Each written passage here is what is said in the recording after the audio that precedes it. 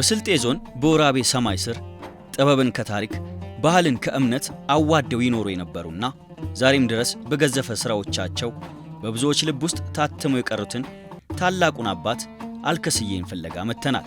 ከዋናው ከተማ ወራቤ በስተሰሜን አቅጣጫ ጉዞ ጀምረናል።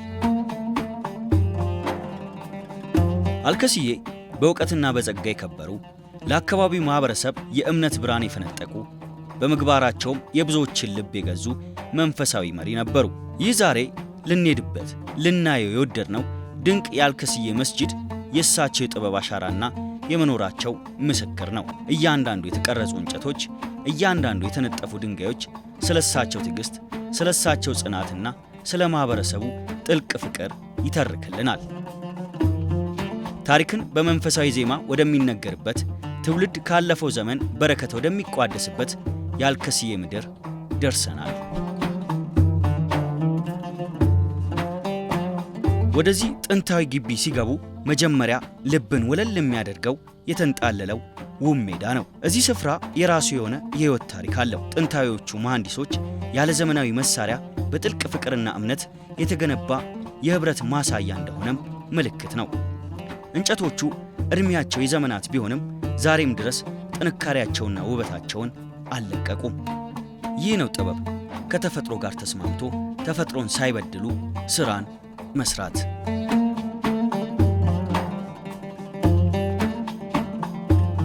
አባት ሼክ አልከስዬ ትውልዳቸው በስልጤ ዞን ደጋማው አካባቢ እንጆፍ በሚባል መንደር የተወለዱ ናቸው።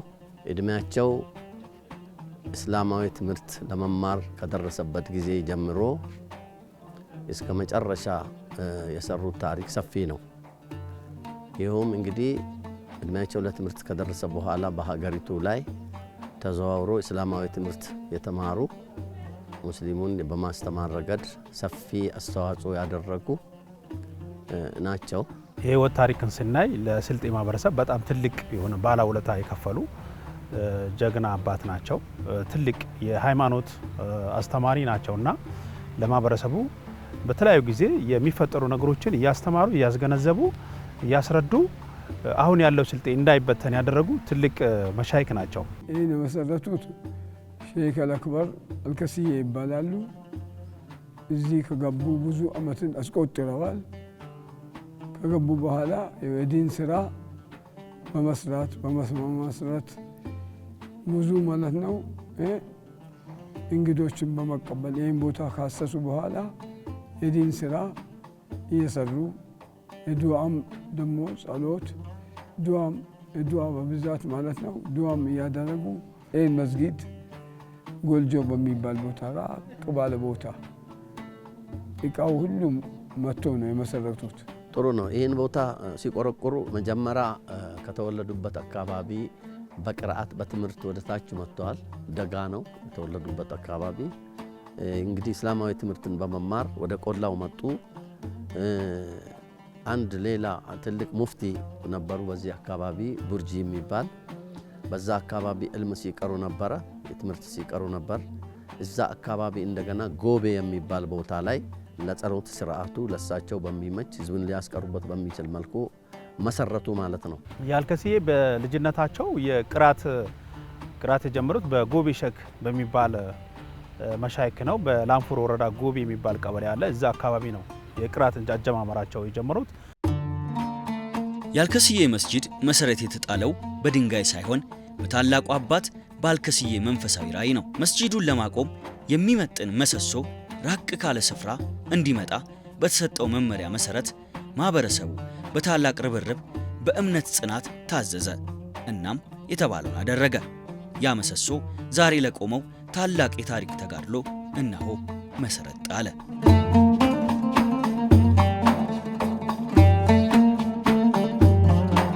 ህንጻው እንደምታየው በእንጨትና በተለያዩ ነገሮች የተሰሩ አክቹአሊ ድሮም የኢትዮጵያ የመስጊዶችና የቤተ ክርስቲያኖች አሰራር በዛ ልክ ነው። በዛ ሞዴል የተሰራው ዲዛይኖቹ ከተለያዩ ቦታዎች ታይተው ነው የተሰሩት። የእንትኖቹ ወጋግራዎቹም መሶሶዎቹም እነዛን መነሻ ያደረጉ እስላማዊ ቅርስን መነሻ ያደረገ የቤቶቹ የበሮቹ አሰራራቸውም ራሳቸው ይህን መነሻ ያደረገ እና የቅልባ የመስገጃው ቅልባን መነሻ ያደረገ እነዚህን ታሳቢ ያደረጉ እና የወቅቱን ሰው ደግሞ ሊመጥን ይችላል ብለው ሁሉንም ሰው ሊያሳትፍ ይችላል ብለው ያን ስፋት ታሳቢ ያደርገው የተሰራበት ሁኔታ ነው ያለው። መስጊዱ ማለት ነው መጀመሪያ የተጀመረው በሳር ለመስራት ነበር።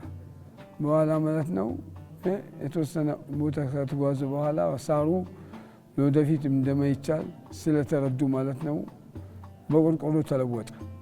ይሄ ግን ፍልጡም ሆነ ምሰሶ ጎልጆ በሚባል ቦታ መሩ ከ80 ኪሎ ሜትር የሚበልጥ ቦታ ነው መጣው። ጣሊያን ነበር አዘጋጅቶት ይባላል። ፍልጡም እዛው ነው መጣው። ይሄም ምሰሶ የመጀመሪያ ምሰሶ ነው ከውጭ የምታዩት እሱ ነበር መጣው።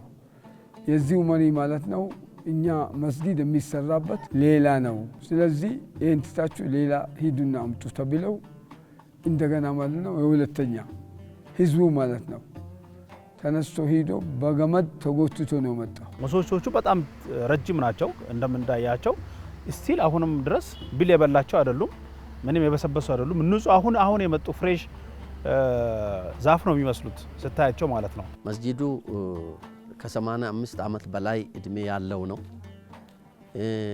ይዘቱ እጅግ በጣም በሚገርም የተቀመጠ ነው። ያለ ውሃ ልክ ለ75 ዓመት እድሜ ያህል ያለ ውሃ ልክ ያለ ምናምን ኖረዋል። ሰው የሰራው የዚሁ አካባቢ ሰው ነው። የተለያዩ ባለሙያዎችም ተካተውበታል። ይሄ ቆርቆሮም የመጣውም ከፈረንሳይ ነው። በጊዜው በተለያዩ ሰዎች ከፈረንሳይ መጥቶ የተሰራበት ሁኔታ አለ። የሀጂ ራመቶ ሙክታር የሚባል ትልቅ ባለሀብት በጊዜው የነበረ ባለሀብት ከፈረንሳይ አስመጥቶ እንደተሰራው ነው እነሱ የሚገልጹት። ወደ ውስጠኛው ክፍል ሲዘልቁ ግን ጊዜ ይቆማል። አይኖ ከአውራጁና ከጣሪያው ላይ ተተክሎ ይቀራል። በእንጨቶቹ ላይ የተቀረጹት ውብ ቅርጾች፣ ጥንታዊ ምልክቶችና ረቂቅ የአረብኛ ኪታቦች የሳሊውን እጅ ብቻ ሳይሆን የቀደምት የአባቶችን የላቀ ንቃተ ህሊና ይመሰክራል። እነዚህ ጥበቦች ለውበት ብቻ የተሰሩ አይደሉም። እያንዳንዱ የዱዓና የተስፋ ምልክቶችን ያዘሉ፣ ከባለፈው ትውልድ ለዛሬው የተላለፉ፣ በዝምታ የሚነበቡ የጥበብ ደብዳቤዎች ናቸው።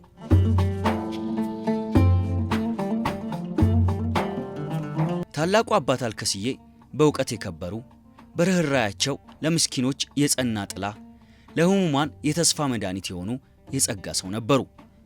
ልባቸው የፍቅር ምንጭ፣ እጃቸው ደግሞ የቸርነት አውድማ ነበር። ለተጠሙ የህይወት ቀዝቃዛ ውሃ፣ ለደከሙና ለታመሙ ደግሞ ብርቱ መጽናኛ በመሆን በስልጤ ምድር ላይ የማይደበዝዝ የሰብአዊነት ብርሃን ፈንጥቀዋል። ቀጥተኛ ለአላህ ባሪያና ተገዢ ስለነበሩ መንፈሳዊ እንትናቸው ከአላህ ጋር ቅርበት ነበረው። እጅግ በጣም የታመሙ ቤተሰብ የጠላቸው የተጠሉ የስጋዳዊ በሽታ የነበረባቸውን ሰዎች በማምጣት እንዲሰባሰቡ በማድረግ እነዚህን ሰዎች ያስታምሙ ነበረ። አላህን ዱዓ አድርጎ ለምኖ አፍያ ሲሆኑ ይታይ ነበር። እኛም እነዚህ ሰዎች ድኖ የነበሩ ሰዎችን እኛም ደርሰን አይተናል። ልጆቻቸውን በአሁኑ ሰዓት በዚህ አካባቢ ይኖራሉ። በኢባዳው ምክንያት አላህን በመውደዳቸው ምክንያት አላህ ልዩ ስራቸው በሽታ መፈወስ፣ በአይናቸው በመዳበስ ብዙ በሽተኞችን በዛን ዘመን ሐኪም በሌለበት ዘመን የባህል መድኃኒት በሌለበት ዘመን አላህ አይናቸውን ዳሰሳ በማድረግ በአይን መድኃኒት ሰጥቷቸው በብዛት ሰው ሊያገኙ የቻሉት በበሽታ ምክንያት ነው። ሰው ለብዙ ሀጃ ምክንያት ችግር አለበት ሰው ብዙ ይፈልጋቸዋል። እነሱ ከዛው አጃውን ዱዓ አድርገው ያሰበውን አጃውን ሲወጣለ ጉዳዩ ሲቃለልለት እነሱ ዳዕዋ አደርጉለታል ወደ ዲን። በዛ መልክ ነው አላህ ያስወሰበላቸው። መጀመሪያም ይሄን ቦታ እንግዲህ ከልጅነቴ ጀምሮ አውቀዋለሁ። እመጣለሁ። ያው የምመጣው አንዳንዴ በወር ከሚስ ሞሊድ ጊዜ እመጣ ነበርኩ። አሁን ደግሞ ያው እንግዲህ 5 ወር እንግዲህ ሆኖኛል እዚህ ከመጣሁኝ። ያው በህመም ምክንያት ነው እዚህ ቁጭ ያልኩት። ከዛ በኋላ ያየሁት ነገር ማለት ነው ያው እንግዲህ በጣም አዛኝ፣ በጣም ለሁሉ ሰው ይጨነቃሉ። እና ከዛ በኋላ ያው እንግዲህ ለህመሜ ዱዓ አደረጉልኝ። ከዛ በኋላ ተሻለኝ። እንግዲህ ያው እዚሁ ነው ሙእዚን ኢማሙ ባሌለ ጊዜ ታሰግዳለህ አሉኝ። ያው ከዛ አፊያም ሆኛለሁ። አልሐምዱሊላህ በዛ ደስተኛም ነኝ።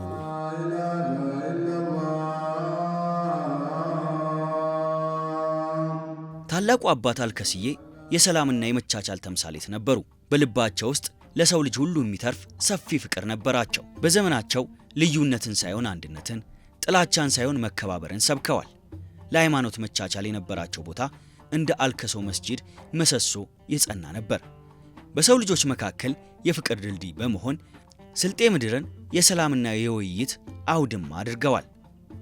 አልከስዬ እምነት በተግባር ሰላም ደግሞ በሕይወት ሲተረጎም የታየባቸው የጸጋ ሰው ነበሩ። ዛሬም ድረስ በአልከሶ መስጂድ የሚተነፈሰው አየር የዚያን ታላቅ አባት የሰላም ራዕይና የመቻቻል ዜማ ለትውልድ ይተርካል። የሀገሩን ትላልቅ ሰዎች ዑለማዎችን፣ አበጋዞችን፣ ኢማሞችን በማሰባሰብ ከዛሬ 100 ዓመት በፊት የሃይማኖት መቻቻልን ሰርቷል። በዚህ ምድር ማንኛውም ሰው መኖር እንደሚችል በሰላም መኖር እንደሚችል አግሪመንት ውል አስገብተዋል። አሁን ለምሳሌ ኢትዮጵያ ውስጥ በሃይማኖት በዘር አለመግባባቶች አሉ። እነሱ ይሄን ሶልቭ ያደረጉበት ነገር በጣም ትልቅ ነገር ምንድነው? አሁን እዛ አድራ ውስጥ ላይ የክርስቲያን እንትን አለ፣ ቤት አለ፣ ከለዋ አለ፣ ማረፊያ አለ እና ከተለያዩ ብሔረሰብ ደግሞ የሚመጡ የየራሳቸው ከለዋ አላቸው። ኢቭን ስም ተጽፎበት ማለት ነው። መገልገያ ያለው የራሱ የሆነ አዳራሽ፣ የራሱ የሆነ ማብሰያ፣ ቢላዋ፣ ድስት፣ ጠረጴዛ፣ ወንበር፣ ሳህን ሁሉ ነገር ያለው መጠጫ ያለው አዘጋጅቶ አሁን ድረስ ይሄን አገልግሎት ሲሰጡ የኖሩ ናቸው።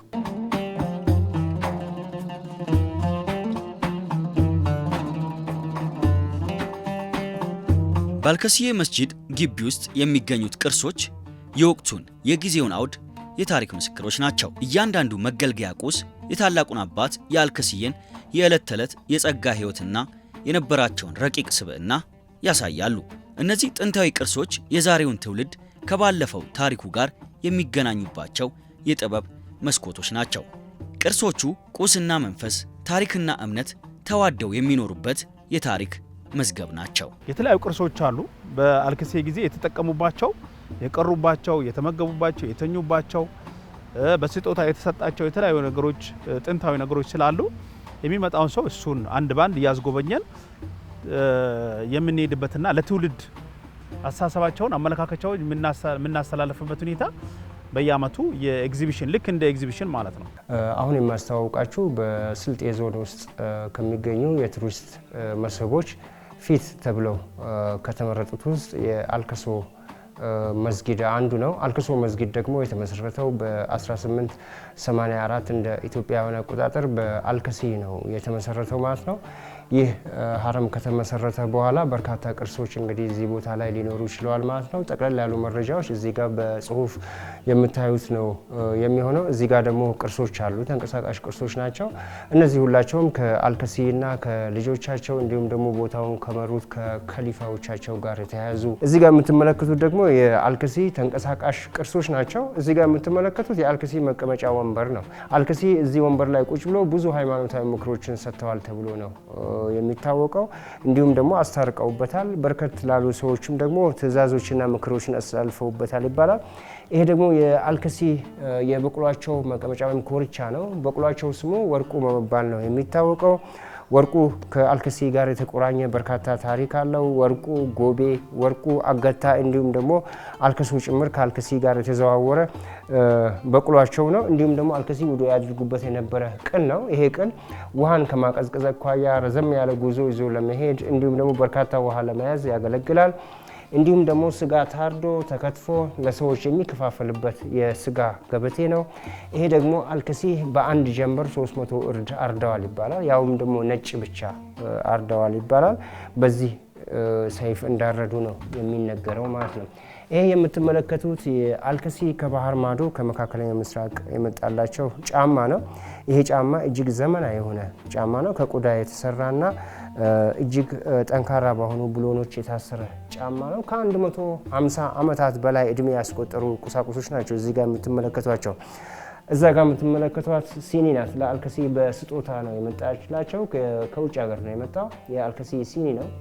ያው አልከሲ አልተጠቀሙበትም ነው የሚባለው። አልከሲ የተለያየ መጠጦችን ጠጡበት የነበረ መጠጫ ነው። ያን የምትመለከቱት ከቀንድ የተሰራ ነው። ውስጡ ላይ የምትመለከቱት ደግሞ ማንኪያ ነው። ማንኪያው የተለያዩ መባያዎችን ለመብላት የሚያገለግል ነው። ይሄ ደግሞ በአልከሲ እጅ የተጻፈ ቁርአን ነው የምትመለከቱት።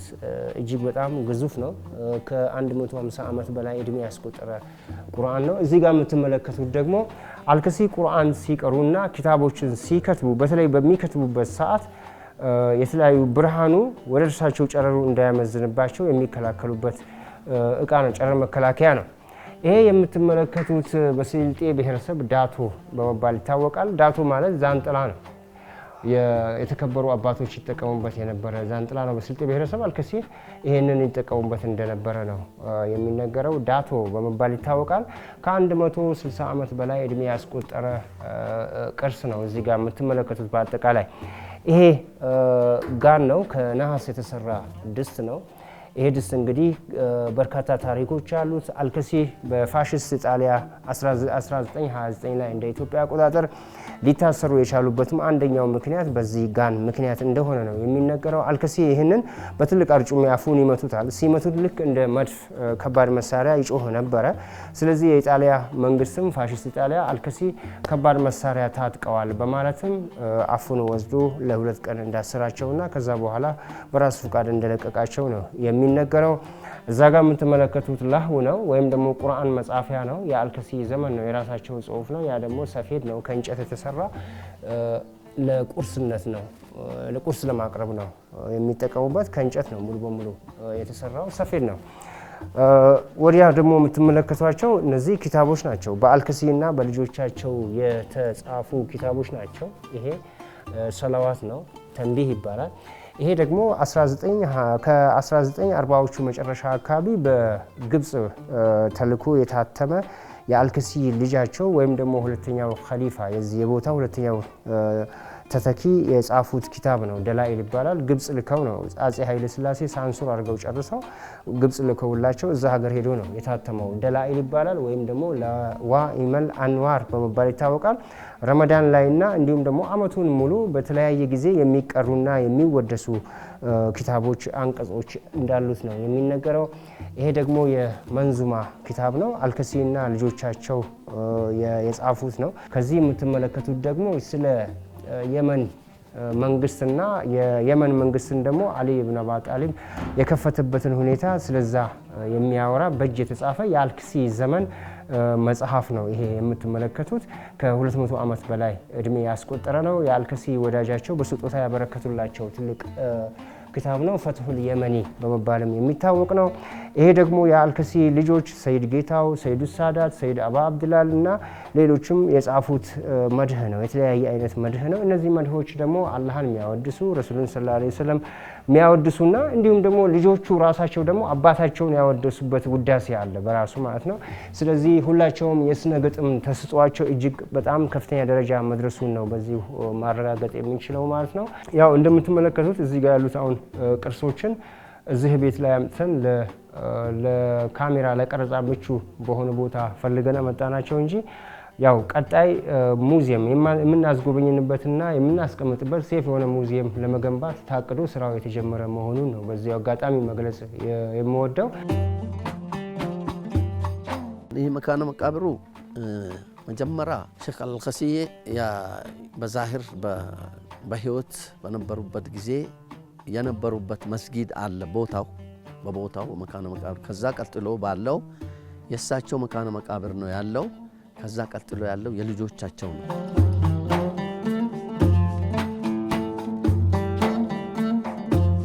ቀደም ሲል ሼክ አልከሲዬ ዋናው በህይወት በነበሩበት ዘመን የነበሩበት አካባቢ ነው ግቢው ማለት ነው። ግቢው እንዳለ በዛ የተቀረጸ ነው። ያኔ ይሄ ትልቁ ሸምሱል ጀማል መስጊድ ከመሰራቱ በፊት ማለት ነው። ከመሰራቱ በፊት ያኛው የሳር መስጂዱ አሁን ወደሱ የምንሄደው የሳር መስጂድ ላይ ነው ተቀምጦ ያሳለፉት። እንግዲህ መስጂድ አሰራሩ ከጥድ እንጨት የተሰራ ነው። እሳቸው በሀያት በነበሩበት ጊዜ የተሰራ ነው። እንደዚሁ ውጫዊ አካሉ ቢቀያየር እንጂ ሌላ ነገሩ ሳይቀየር የኖረ እድሜ ጠገብ ታሪካዊ የሆነ መስጂድ አንዱ ቅርስ ትልቁ በአልከሶ በስልጤ ወይም በአልከሴ ታሪክ ትልቁ ቅርስ ተብሎ ሊያዝና ሊወሰድ የሚችል ነው። እንግዲህ ይህንን ትላልቅ እድሜ ጠገብ ዛፎች፣ ጥዶች፣ ወይራዎች እንዲተከሉ ከዚህ በጀርባችንም ያለው ትልቅ የደን የወይራ የጥድ ደን ይታያችሁ ከሆነ ከዛ ማዶ ተሻግሮ የሚታየው እስከዛ ድረስ ከዛም ያልፋል ቦታው። ይህንን ጥድ ያስተከሉትም እዚችው ላይ እዚህ መስጊዳቸው ላይ ተቀምጦ ባዘዙበት ጊዜ በሰሩበት ጊዜ የተሰራ ነው። እንደገና ደግሞ እዚህ አካባቢ ለተለያየ እንስሳት ዝንጀሮች፣ ጦጣዎች አልፎ ተርፎ ነብር ስቲል አሁንም አለ። የቤተሰብ መካነ መቃብር ነው የሚታዩት በሙሉ ከኋላ ጀምራችሁ እስከዛ ድረስ ያለው ይሄ የልጆቻቸው ነው። ይሄም የልጆቻቸው መካነ መቃብር ነው። ያኛው የአልከሴ የራሳቸው የሸከል አልከሴ መካነ መቃብር ነው። በሳር ቤት በትልቅ ሳር ቤት ይኖር ነበረ።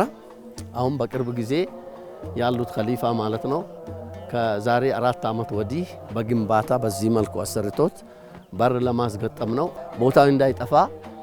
ምክንያቱም ትልቅ ሰውም የአላህ ባራም ትልቅ ጽኑ ባራ ስለነበሩ ተሰርቶ ተቀምጧል። ሴቶች አይገናኙም። መግባቸውም መውጫቸውም የተለየ ነው። ወንዶቹም በዛ ልክ የተሰራ ነው ማለት ነው።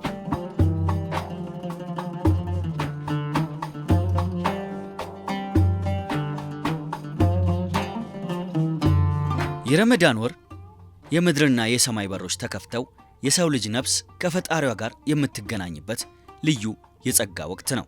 በዚህ ቅዱስ ወር ጥንታዊው መስጂድ በሺዎች በሚቆጠሩ ምዕመናን ይሞላል።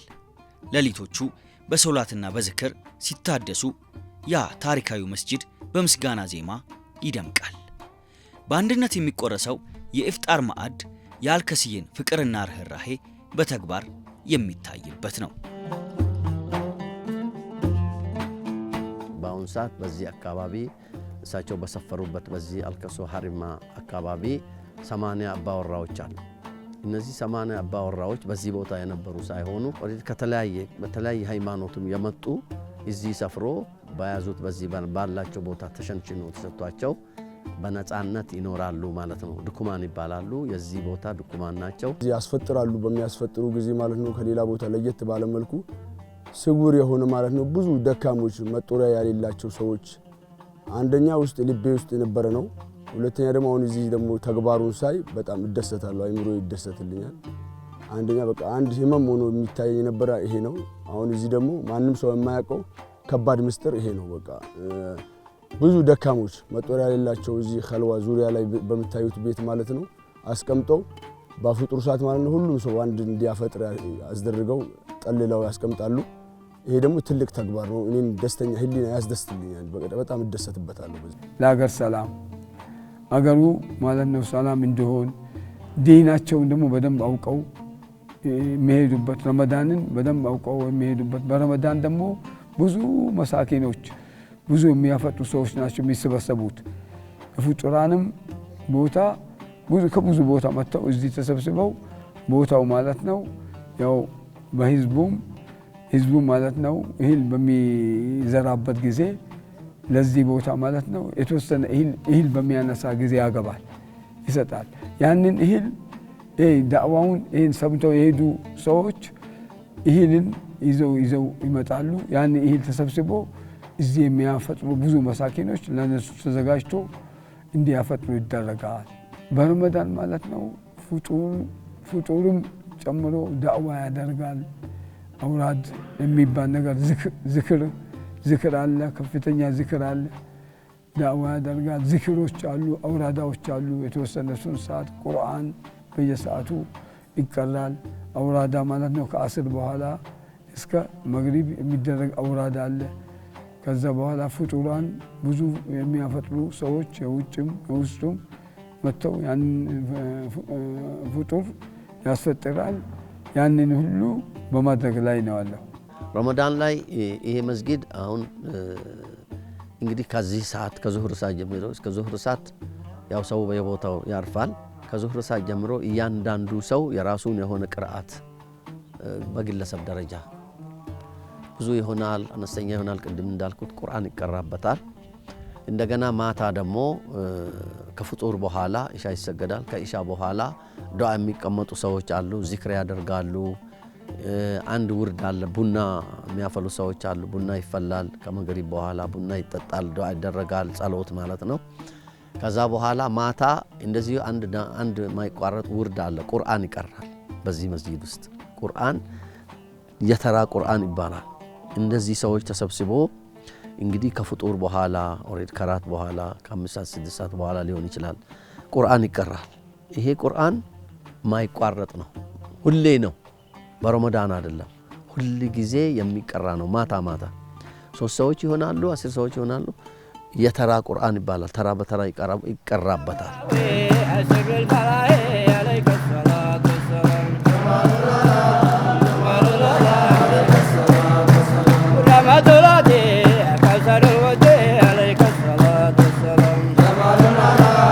ረመዳን በዚህ ግቢ ውስጥ ገና ሳይገባ ነው የሚናፈቀው። የጾም ወር ሊገባ 15 ቀናት ሲቀሩት ያልከሱ አየር በልዩ መንፈሳዊ መዓዛ ይሞላል።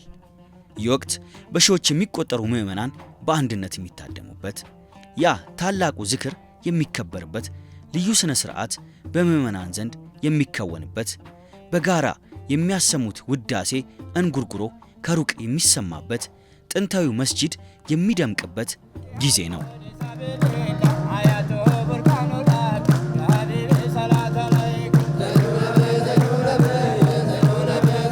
መጀመሪያ ማለት ነው መውሊድ የሚባል በአመት አመት የሻዕባን መውሊድ ይሰራሉ። ከፍተኛ መውሊድ ከብዙ ህዝብ።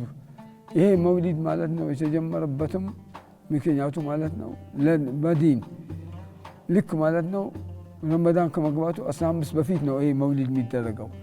በዛ ህዝቡ ከተሰበሰበ በኋላ የረመዳንን ቀን አውቆ ይገባል። ለረመዳን አዋጅ ይባላል። የረመዳን ቀን በዚህ የዛሬ 15 ቀን ነው ረመዳን።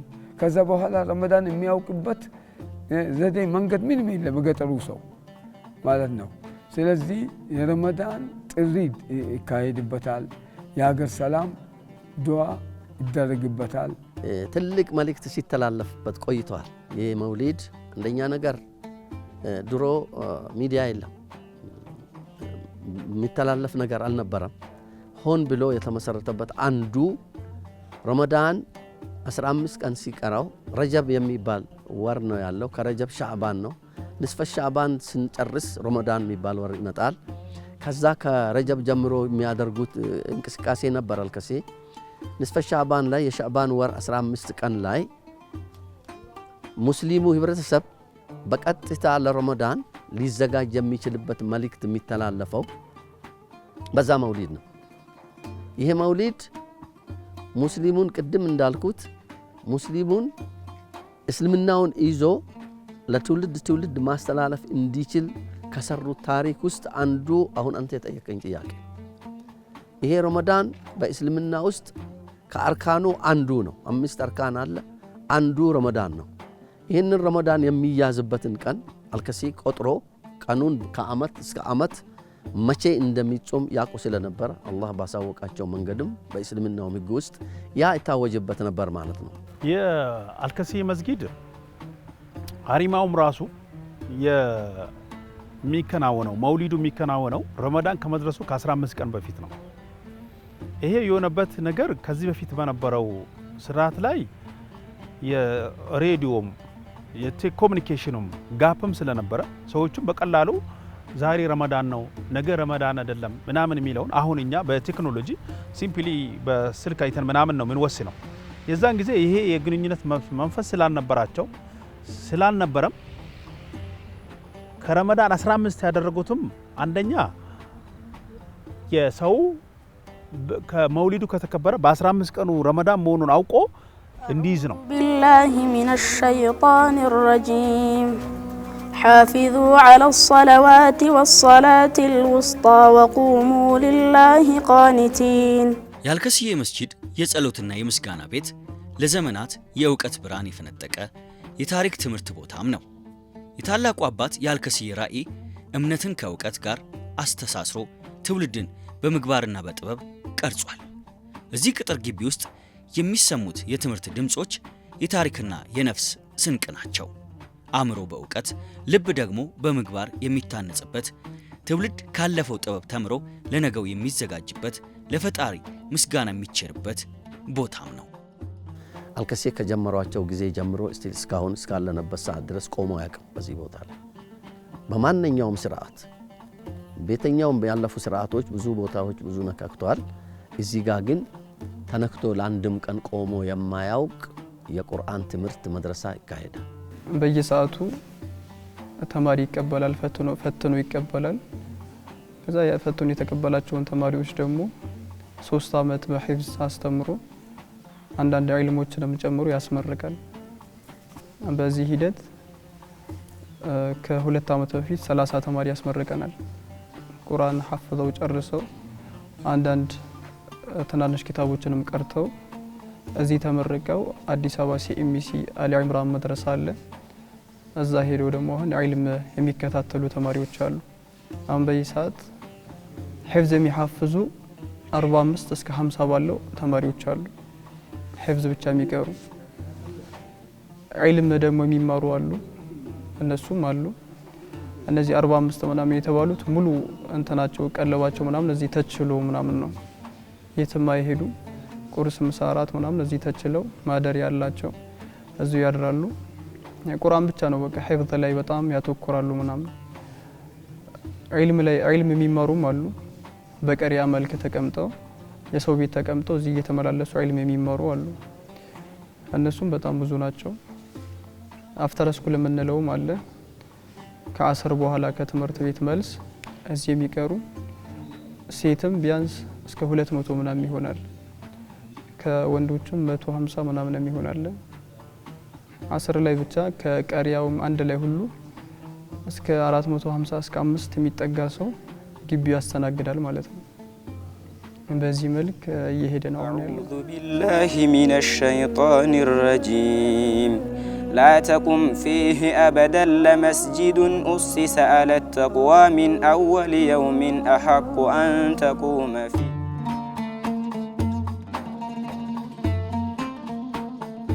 ይሄ ድንጋይ እንግዲህ ከ100 ዓመት በፊት የተቀመጠ ነው። የተቀመጠበት ምክንያት ምንድነው? አንድ የዚህ ቦታ ሸኽ አልከስዬ በዛሂር ህይወት ወቅታቸው አንድ መስጊድ አላህ ሰርተህ ታስረክበናልህ ያላቸው መስጂድ አልሐቅ የሚል አለን። ያንን መስጂድ አልሐቅን ለመስራት ይህንን ድንጋይ እንሰብስብ ብሎ በወቅቱ ከነበሩ ረፊቆቻቸው ጋር በመሆን አንድ ደምገረን የሚባል ወንዝ አለ፣ ከዛ ያስመጡት ነው። ተነሱ ድንጋይ እናምጣ ብሎ ረመዳን ወር ነው። በረመዳን ወር ዙህር ከተሰገደ በኋላ ያሰበሰቡት ድንጋይ ነው ማለት ነው። ይሄ ድንጋይ እንግዲህ ከ100 ዓመት በላይ ተቀምጧል። ከ100 ዓመት በላይ ሲቀመጥ የነበረው ከፍታ ወርደዋል። እኔም ራሴ እዚህ ቦታ በማደጌ ከ50 ዓመት በላይ አይቼዋለሁ። እኔ ዛሬ 50 ዓመት ገደማ ሳየው እንደዚህ አልነበረም፣ ከፍታው ከፍ ያለ ነበረ። ከዛ በኋላ ወደ ታች ወርደዋል። በምናየው ልክ አይደለም ማለት ነው። ይሄ አሁን መስጂድ አልሐቅ የሚባለው በመጀመር ላይ ነው፣ ቦታው በመጠረግ ላይ ነው። ዲዛይኑ ተሰርቷል። ረጅም ትልቅ ሰፊ መስጂድ በአፍሪካ አንደኛ ወይም ሁለተኛ ሊሆን ይችላል ተብሎ የሚገመት ሲፋቱ 115 በ125 የተለካ ዲዛይኑ ተሰርቶ በማለቅ ላይ ይገኛል። እሳቸው በተናዘዙት መሰረት ይሄ ቦታ ይሄ ድንጋይ በዛ ወፍጮ ተፈጭቶ ለዛ አገልግሎት ይውላል ተብሎም ይገመታል ማለት ነው። ብዙ ሰዎች ብዙ ታሪክ ሊሰሩ ይችላሉ። ግን በህዋው እንደዚህ በሚዳሰስ ታሪክን ለትውልድ ወስደ ልታሳየው የሚችል ታሪክ ያላቸው አልከስዬ ናቸው። ስለዚህ ይሄንን ታሪክ ደግሞ ናሬት አድርገን አጠናክረን ለትውልድ ማስተማር መቻል ያስፈልጋል። አንዳንድ ሰዎች ከእምነት ጋር በተያያዘ የተለያየ አመለካከት ያላቸው ሰዎች ሊኖሩ ይችላሉ። ግን እኛ በጊዜው ደረጃ በዛን ጊዜ ምንም ባልነበረበት አሁን ይሄን የሚታየው የመሰረተ ልማትና የቴክኖሎጂ ነገር በማታይበት ጊዜ ማህበረሰብን እንደ ማህበረሰብ እምነትን እንደ እምነት አቁመው ያቆዩ መሻይክ ናቸው። ስለዚህ የነዚህ መሻይክ የበለጠ ታሪካቸው ጎልቶ ለሁሉም ማህበረሰብ አሳሰብ አመለካከታቸው ተላልፎ ጠንካራ የሳይኮሎጂ የተገነባ ማህበረሰብ መገንባት ትልቅ አስተዋጽኦ ያበረክታል ብዬ አምናለሁ። ሰዎቹ መተው ቢጎበኙ ተጠቃሚ ይሆናሉ እንጂ ተጎጂ አይሆኑ። ስለዚህ ይህንን ሁሉም ሰው መጥቶ ቢጎበኝና እኛም ደግሞ ለማስጎብኘት ሬዲ ነን የሚል ሀሳብ ነው ያለኝ። አመሰግናለሁ። ከአልከስዬ መስጂድ ጉብኝት በኋላ በልቤ የቀረው ትዝታ ነው። የአልከስዬ መስጂድ የስልጤ ማህበረሰብ የጥበብና የጽናት መዝገብ ነው። ያንን እጅግ አስደናቂ ጥንታዊ የሥነ ሕንፃ ጥበብ በእጄ ዳስሼ በታላቁ አልከስዬ መንፈሳዊ ታሪክ ተመስጬ ተመልሻለሁ። በተለይ ረመዳን ሊገባ 15 ቀን ሲቀረው የሚዘጋጀው ያ ታላቅ የዝክር ሥነ ሥርዓት ሃይማኖታዊ እሴት ከባህላዊ ውበት ጋር እንዴት ተስማምቶ እንደሚኖር በግልጽ ያሳያል። አልከስዬን የታሪክ ተመራማሪዎች ብቻ ሳይሆን ማንኛውም ኢትዮጵያዊ ሊጎበኘውና ሊያየው የሚገባ የጥበብና የእምነት መገኛ ነው። ከበረከቱ ተካፍዬ በታሪኩ ተደንቄ ተመልሻለሁ።